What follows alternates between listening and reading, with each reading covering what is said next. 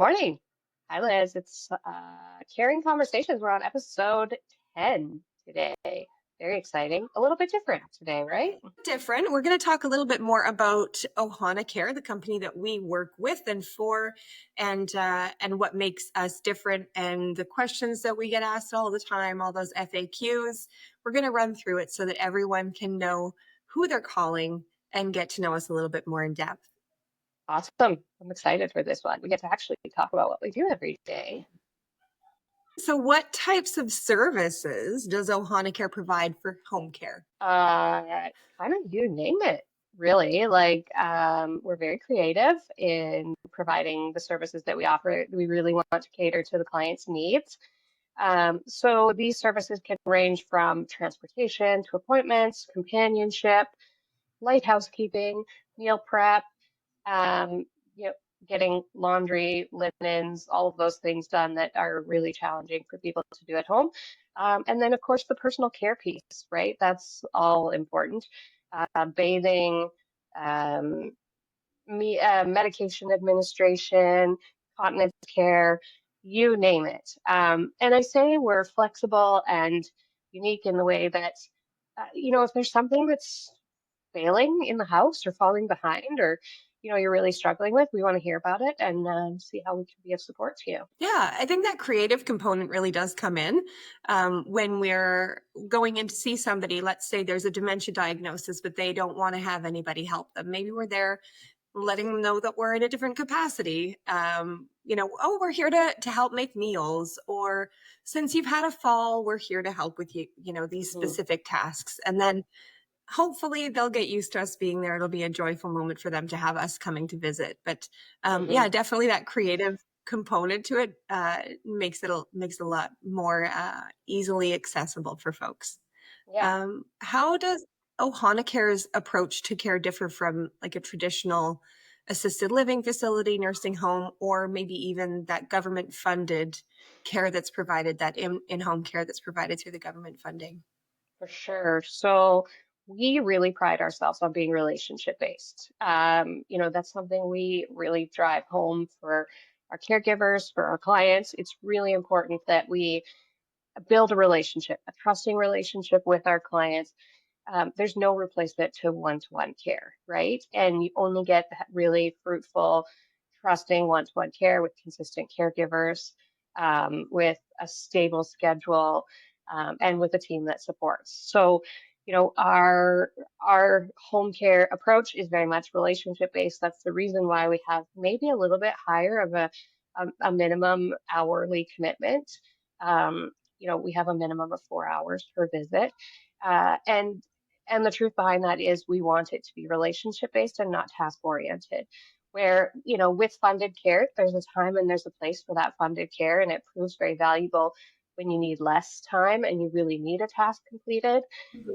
But, I think the relationship for those higher needs, or when there's behaviors involved, or where there's long-term care anticipated, that relationship is really important. And seeing that bigger picture in that person day in and day out, where you can, monitor any changes in their mobility or cognition, or, maybe they're not getting enough water and, yesterday it was a hard day. Let's push more fluids today. And, that it is, the tasks do get done. They do Mm, get done, but that's not that main focus. It's more about the individual, their needs that day. And because we're all human beings and it changes, giving that, honoring who they are in the moment, and providing them with that specific support based on what they need and how to best approach it. yeah. I love, and I think our caregivers love it as well, is Hmm. you're not rushing in the door, making, pulling a sandwich out and giving them the sandwich on the table and then walking out again, signing a book and being done because time is a constraint. So Yeah. I think that's the beautiful part about having that, is that we have caregivers that are happier and we have clients that are happier. Hmm. Yeah, and a lot of our caregivers really build relationships with our clients. It becomes very sad when, we lose these clients for one reason or another. They move, they pass away. They truly become part of the family. We hear from so many families that are sad to lose their caregivers when the care is no longer needed. That's what we Yeah. want. That's truly what we look Yeah. for to build that relationship. And that's why we spend so much time trying to match our clients with our caregivers. Truthfully, I think we spend 90% of our day discussing the match between clients and caregivers. Yeah. And then, sometimes you're there for one loved one and then the other Mm, loved one needs support as well. And that person's passed away or has moved on. Or you'll come in for surgery for one knee and then you'll be back for surgery for the other knee at a later that's date right. because they look forward to having that caregiver and it's comfortable and it's easy. It is like a family member. Yeah. And even as Yeah. needs change, like you said, yeah, we look at the prognosis, right? We look at the disease trajectory, and because we have the ability to draw on our experience, we can also say, like, this may be a companionship today, but there is a high probability that in the future you'll need care. So let's put in a caregiver, someone who's qualified to provide that personal care right off the bat so that we can continue to provide that one-to-one, that relationship-based, that trusted relationship care right through the disease process or the deterioration of that independence. Um, Without having to change up caregivers. I think that's also super important and something that we do a little bit differently. Yeah. Yeah. Absolutely. Building a care plan for the future as well. Yeah, Yeah. yeah. What about getting started with Ohana Care? What does that look like? If I was a client that, was calling, how do we start that care?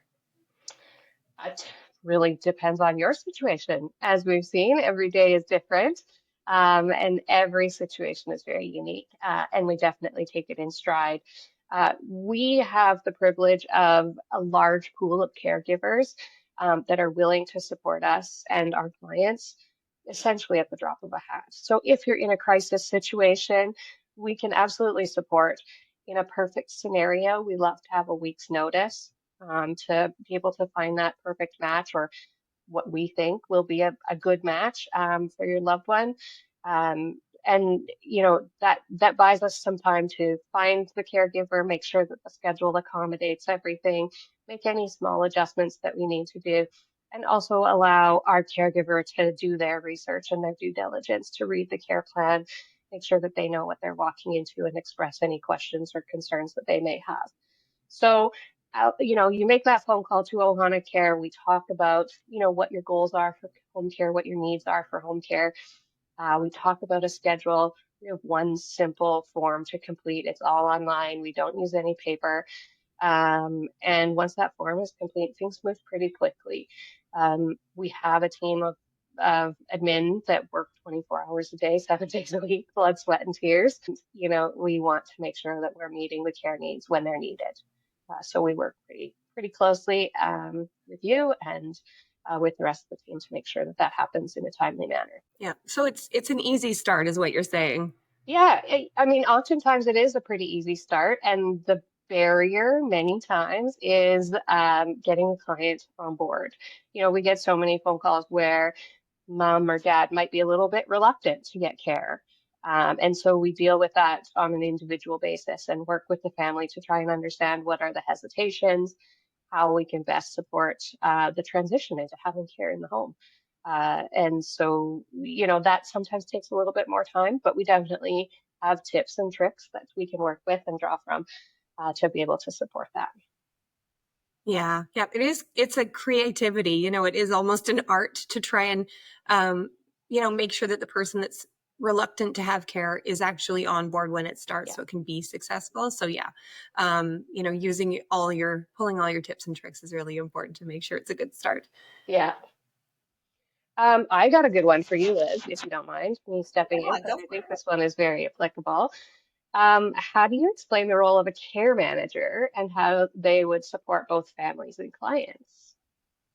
Yeah, so we're part of the admin team. We connect our clients and our staff, the family members, schedulers. We are the collector of the information, and we're integral into the role of trying to figure out that best fit, creating a robust care plan so that the support for the client is there, and then following up with the family, making sure that the lines of communication are open, connecting with the staff to make sure that it was a positive visit after the first visit, and going out and meeting people, doing that face-to-face visit if that's what's needed in order to make sure that everyone is comfortable.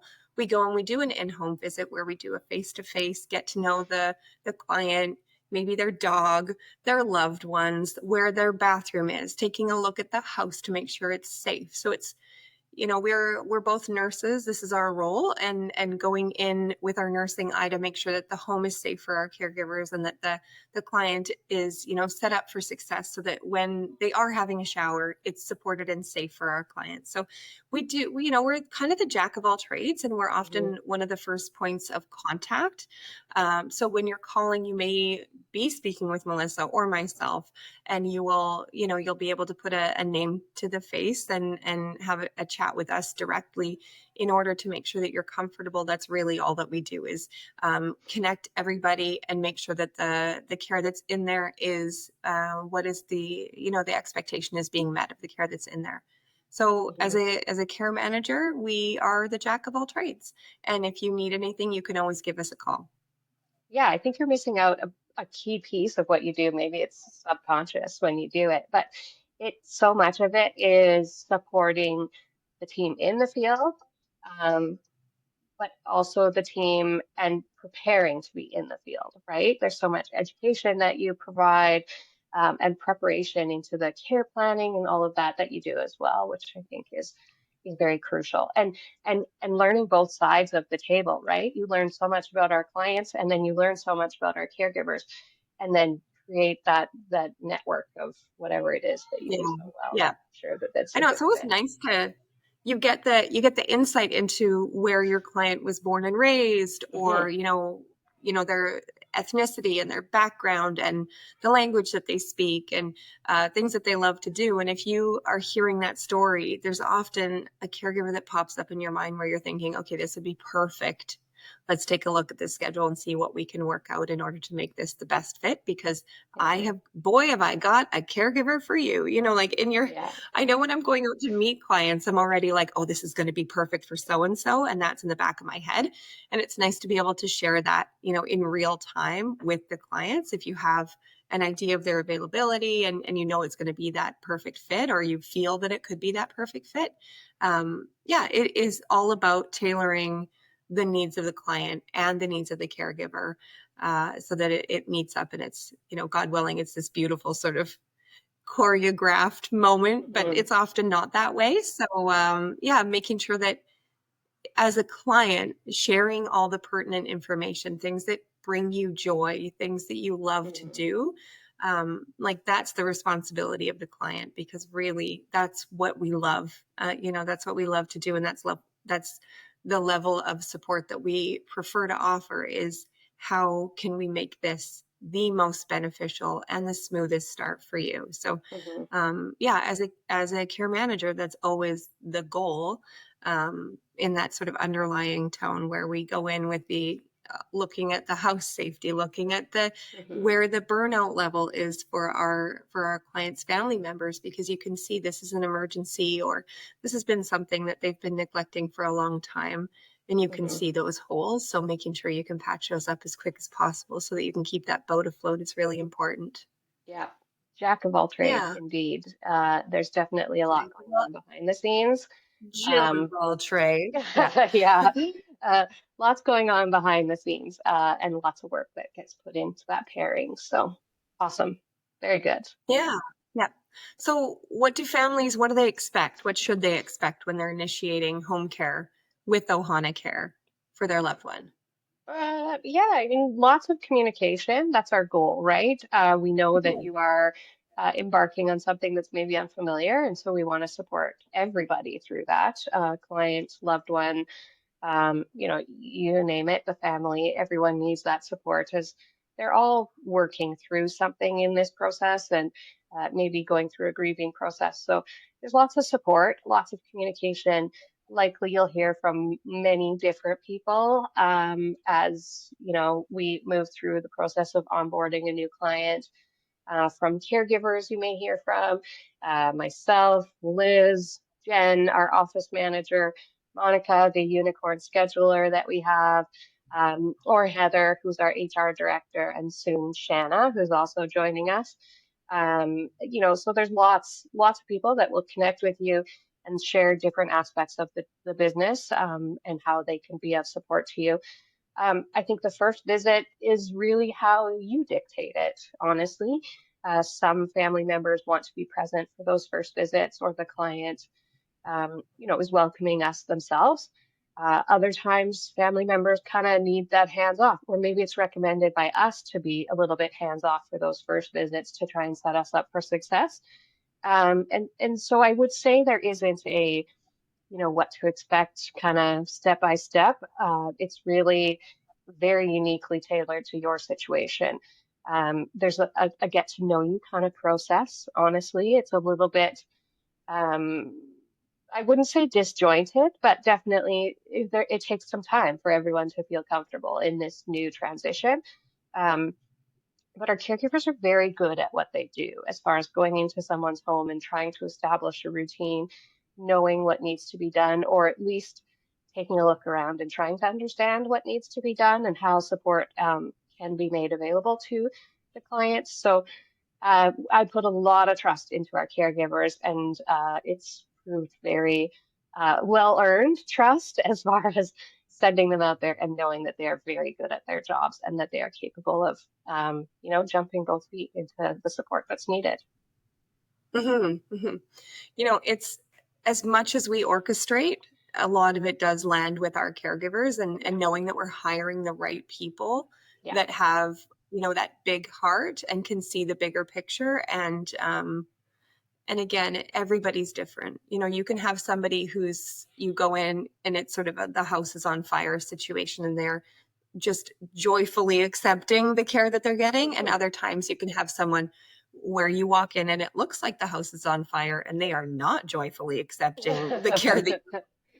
So Yes, really, the role does, the role exists, but it does differ person to person because it's we're all very dynamic individuals. Yeah, indeed. Yeah, exactly. Yeah. So like you say, we can tell you how it's going to look, but everybody's individual. yeah. Yeah. Yeah. And that's the beauty of it. You can tailor it. It's not, if your loved one says, I don't need any help, well, it may Mm, be that you don't need any help.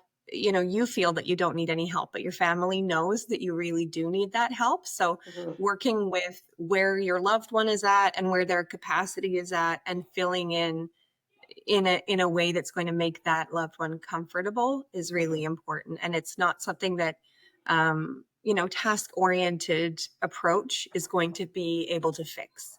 mhm, So that's sort of a big difference between us and potentially other programs out there, is mhm, working with that person on the level that they're at, and allowing them to give us the space in their life to support them, by letting them, I always say, marinate. You're marinating in it. You're true. not going to jump into boiling water. You're going to slowly increase that support over time, because if that person feels like they're being boiled, they're going to jump out and you're going to Yeah, have no support. And then you have someone who is potentially in a detrimental situation, yeah, and they're going to be hospitalized. So that's where we come in, is yeah, that, and unfortunately it's difficult to describe yeah. for a podcast. It's not very easy. I think for our caregivers too, there's definitely an education um, in changing the mentality. I think previously the idea is home care has been very task oriented, and we're going to take over kind of thing. And we have spent a lot of time educating our caregivers to meet the client where they're at, be patient through the process. Change the verbiage that's being used to approach some of these situations where maybe it's not help, it's a support, or maybe I could do this for you while you do something else. Yeah. And supporting people to understand how we can be of assistance without removing their independence, and their dignity and things like that. So we do a lot of education on that as well, because I think it's a change in mindset. for a lot of people who maybe come from facilities where it's get in, get out, do it as quickly as possible, and you have 15 other clients to deal with, or from the funded, where again, there's a time and place for that, but it really changing the mentality from task to relationship based and how to it changes the way you speak and how you approach situations. Is home care only for the elderly individuals, or can all ages benefit from it? Liz, this is very timely for you, I think. Very timely for me. Absolutely. So, all ages, literally from Hmm. birth to death, and all facets of care. So it's not just we're yes, primarily we work with seniors. Like that is primarily what we do. But pediatric care, we have specialized caregivers that are able to support newborns, people with any type of disability, Hmm. in hospital care, out of hospital care, in facilities, in we work everywhere. We travel with our clients. We go with Hmm. them to get them somewhere safe and support them through that. Thank God we have phenomenal staff that are willing to take these trips with our clients, to support their client because they have such a deep connection with them that Yeah. they want them to be comfortable.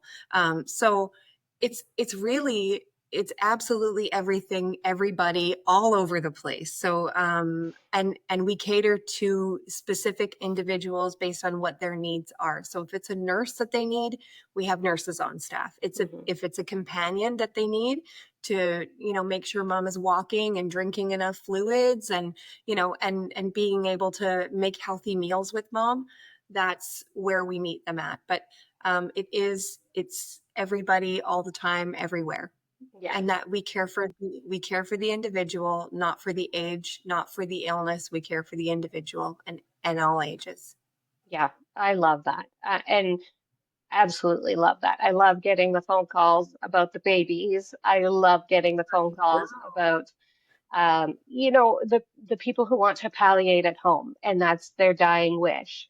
Um, I love that we can support from all angles, all spectrum, and truly we can. We're happy to get creative and think outside the box and support you. So don't hesitate to ask. I mean, I look forward to the day where someone surprises me with something and is like, I've never heard of this request, and I look forward to seeing how we can best Consider it accommodate. done. Yeah, I Yeah, know. Where there's a will, there's a way, and unfortunately, absolutely. we are deranged enough to feel like there's always a way. And Yeah. knowing you, like if there's nothing that you can't do and you can't help Oh. facilitate, I know, you should be blushing. But knowing you, and the way that we approach care is that everybody deserves support. Yeah. And pediatric clients, we're in there, but not just for the baby. We're No. supporting mom, we're supporting dad. These are huge transitions in life, and it's not just getting older and needing that support. It's anytime there's a major transition or a major Hmm. change in health or family situations, like addition of a child to a family, that's exhausting. And if you Hmm. don't have family support around you, a lot of families, when you get older, you move away from home, and your loved ones aren't nearby to help anymore. So having someone reliable and safe, that you can go and have a nap, and the laundry will get done, and your baby will get Hmm. changed, and what a beautiful shift to be able to help with. Trust me, I know it's Hmm. lovely. Yeah. Being able to be with a baby is the best, but Hmm. being able to go and support anybody is really a privilege for us. And I know that people can say that, but we really, we live this blood, sweat, and tears day in and day out to support people. And age is not an issue with us in either direction. So No. everybody, all the time, everywhere.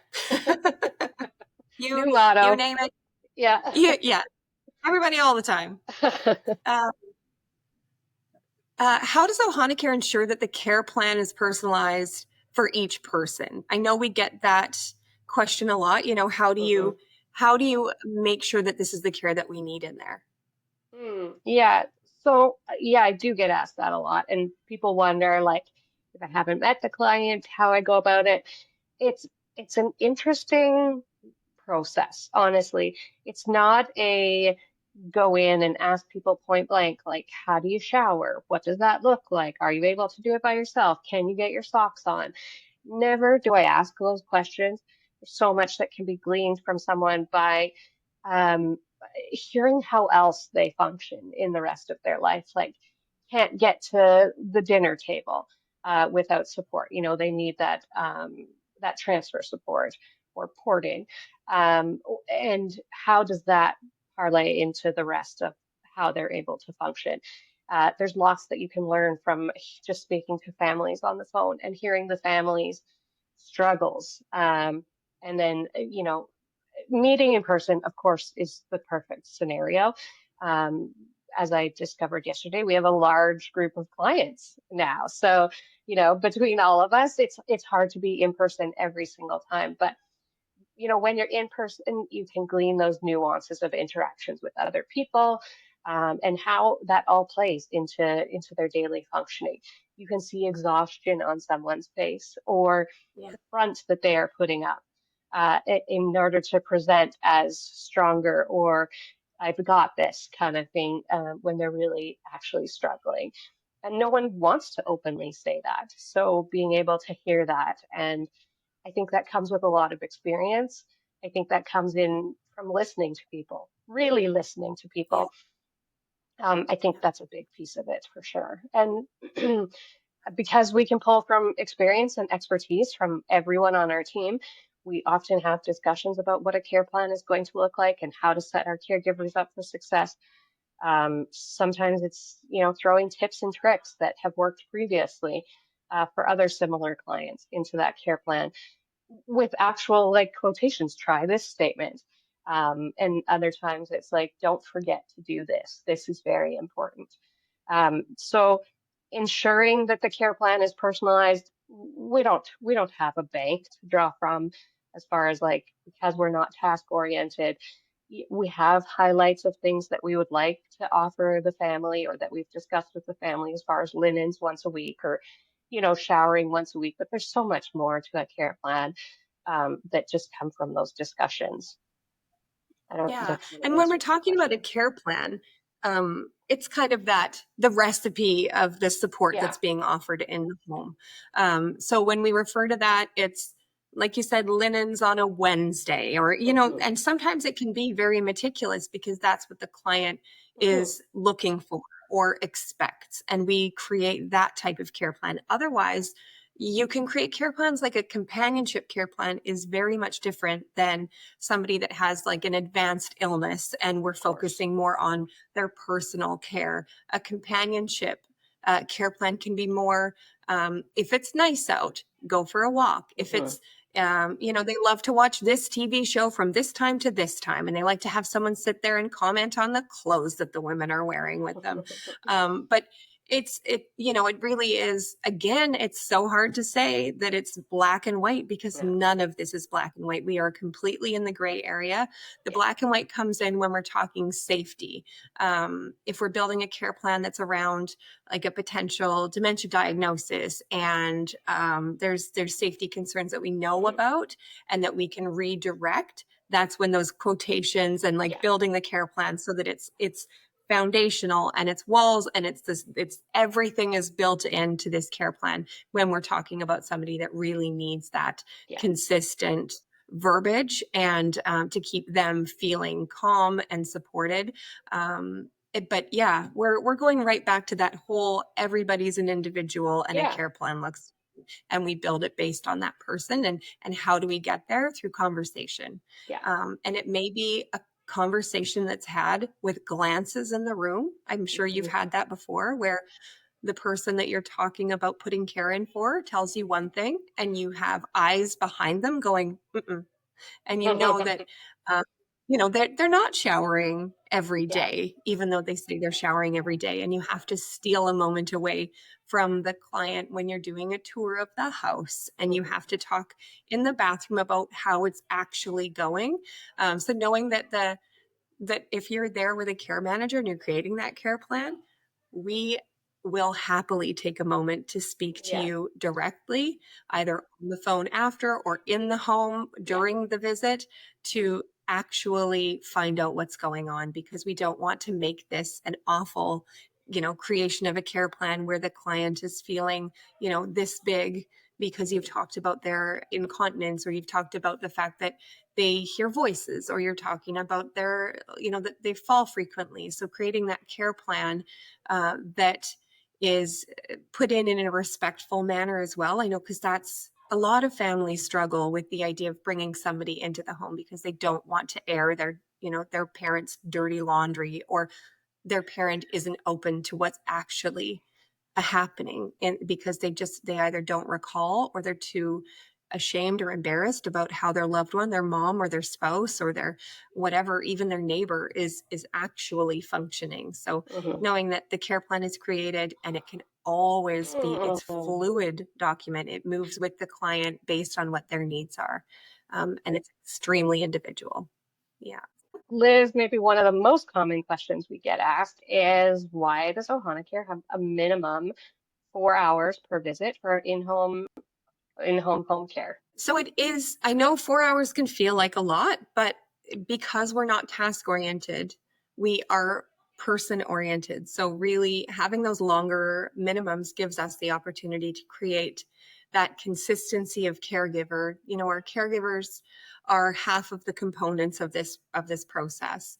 So giving them a consistent schedule, good hours, it will allow us to match up a caregiver with more consistency and more more focus on the individual, what their needs are, and having the ability to maintain that continuity and consistency does improve the outcomes for your loved ones. So 4 hours can feel like it is a long time, but really when we're focusing on the individual, it's not. It's having Mhm. a shower, it's making a healthy meal, it's cleaning up from the healthy meal, it's being able to have individual time where you can do some physio exercises, follow along um, with the required care that's needed, as well as giving that person the grace to have a down day or put their feet up when they're not well enough, Mhm.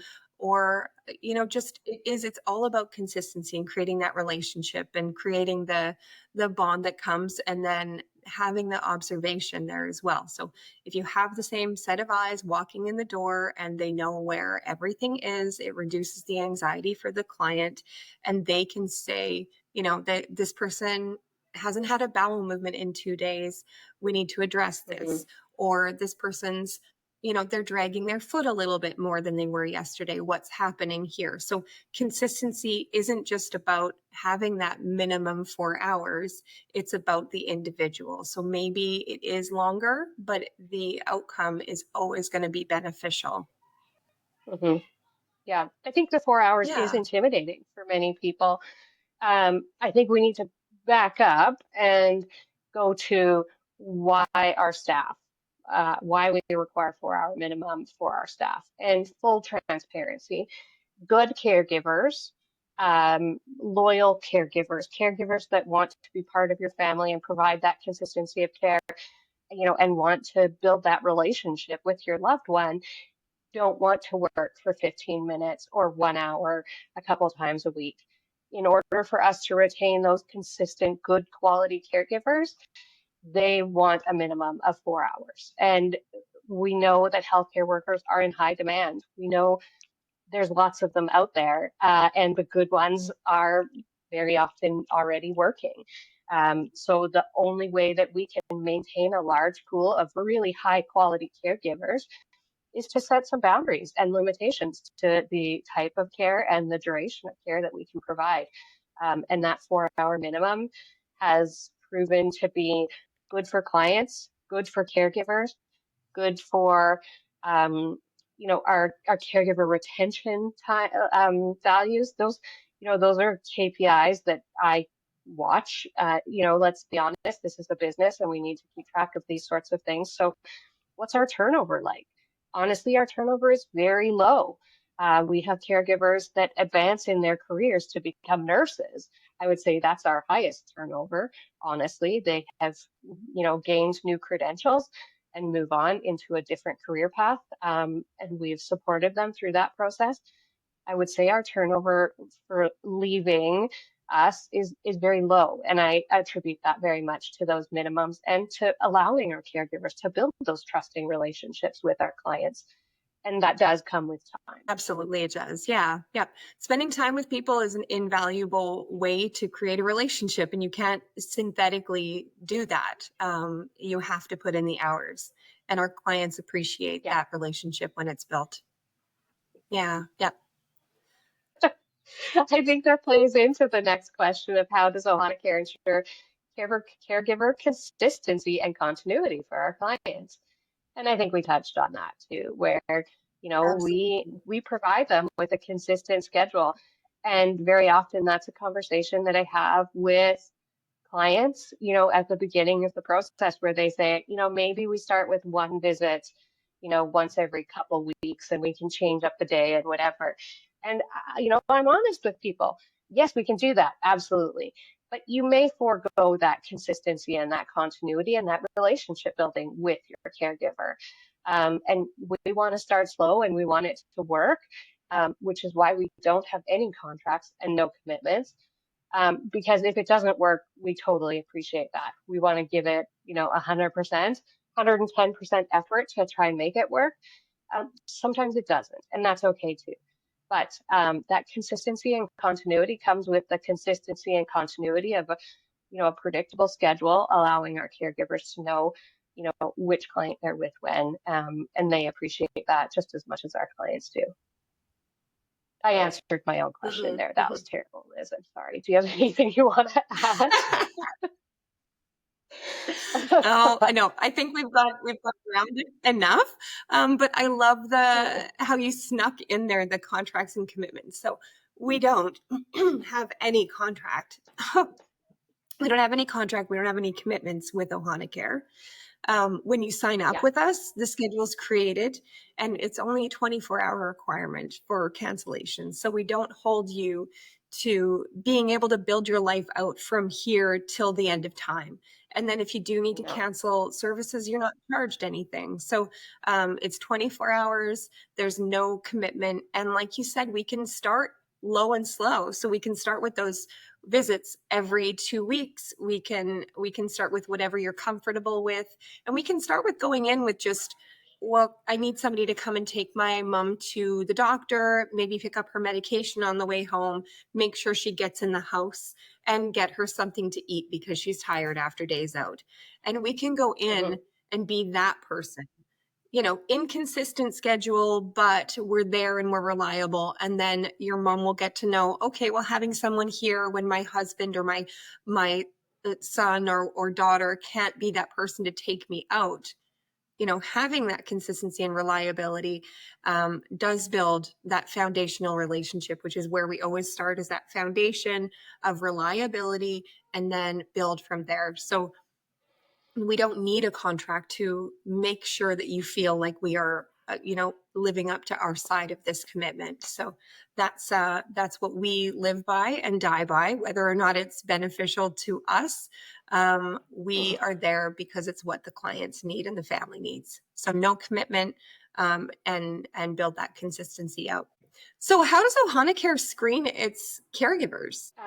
Yeah, great question. And we do definitely get asked this a lot. Our caregivers go through a pretty rigorous screening process, sometimes challenging for us to get caregivers onboarded when we need them because of this process. But it is something that we take a lot of pride in as far as ensuring that we provide the high quality caregiver that uh, we promise to our clients. So our caregivers are screened utilizing, of course, a criminal record check. We go next level and require a vulnerable sector check. Both of those have to be current within the last 6 months. CPR first aid has to be active and renewed on a regular basis. We also review any of their credentials and their registration. Uh, and then with the healthcare aid directory, CLPNA, CARNA, you name it, whichever is their governing body. We also take a look at their education, their previous experience, reference checks, you name it. And they often have multiple conversations with different levels of our admin team as well through this process. So it's a good vetting process in that we require a commitment from the caregiver right from the moment they apply. We ask a lot of them and ask them to prove themselves as truly interested in the company and providing care to our clients. All right, and that rounds out our FAQs, frequently asked questions for Ohana Care and its approach to personalized support. So thank you for joining us. It's always nice to talk about what we do every day and why we put blood, sweat, and tears into this company and to our clients. And I don't know if you know, but Ohana means family, and we truly take that to heart and want you as a client, as a caregiver, to feel like family. And we truly embrace you and hope to provide the best possible service to you and your loved ones. So thank you, Liz, for your expertise and all that you do for our clients and our caregivers every day. And yeah, I look forward to next week and see what our topic is.